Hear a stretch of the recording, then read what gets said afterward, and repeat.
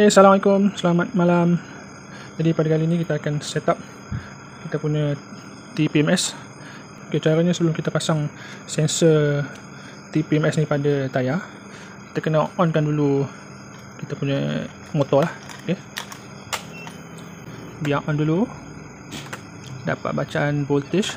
Tengok 12.8, bacaan pada meter pun 12.6, 12.7.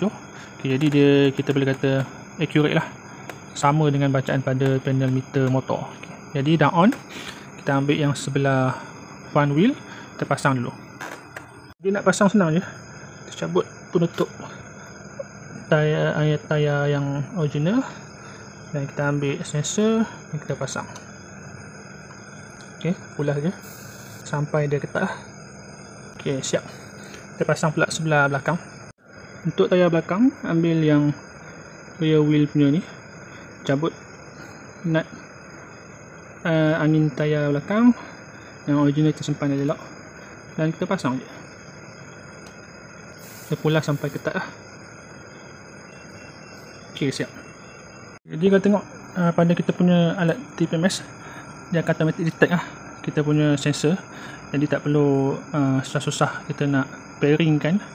Jadi dia akan automatic detect lah. Kita tengok suhu ni 29 darjah Celsius. Okay, bacaan dia dalam bar lah. Jadi kita boleh tukar kepada PSI sekejap lagi. Okay. Baik, cara yang pertama, kita perlu tekan butang ada lambang shutdown ni. Tekan lama-lama, lebih kurang 3 saat lah. Okay, akan keluar menu kosong. Okay, kita tengok bar. Jadi untuk masuk ke menu ni, tekan lagi lama-lama 3 saat. Okay, apabila berkelip, kita tekan sekali. Okay, dah tukar kepada PSI lah. Dan kita tekan lama-lama. Okay, bila dah berhenti berkelip, maknanya kita dah set kita punya alat ni untuk menggunakan bacaan PSI lah. Okay, seterusnya kita tekan lagi sekali. Okay, keluar 1. Okay, ini untuk menu kita set temperature lah, sama ada nak Celsius ataupun Fahrenheit. Jadi kita guna Celsius lah, jadi biarkan.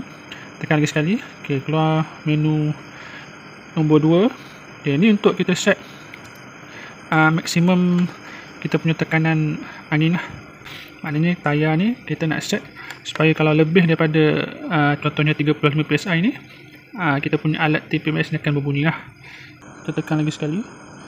Ok, ini adalah menu untuk kita set minimum pressure angin lah.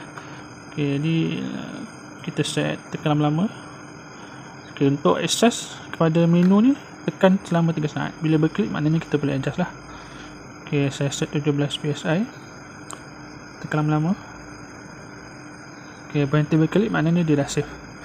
Ok, ini menu untuk maximum temperature. Untuk yang menu 5, 6 tu kita abaikan. Sebab menu kelima untuk kita reset salah satu sensor. Menu yang ke-6 untuk kita factory reset lah. Jadi itu saja. Jadi kita biarkan selama beberapa saat. Dia akan kembali kepada halaman utama. Jadi apa kelebihan dia? Pertama, untuk kita set dia punya sensor ni mudah lah. Kita on saja alat monitor TPS ni, kemudian baru kita sambung sensor tu di tayar, terus dia akan detect lah. Okay, dan bacaan dia pun jelas lah. Cumanya kekurangan dia tak boleh set depan belakang. Maknanya setting depan belakang tu sama, dia tak boleh buat asing lah. Jadi tu antara kekurangan alat TPMS ni lah. Tapi apapun, dengan harga yang tak sampai RM100, dia berbaloi lah. Jadi kalau dah berminat, boleh dapatkan alat TPMS ini dan pasang di motosikal anda. Terima kasih.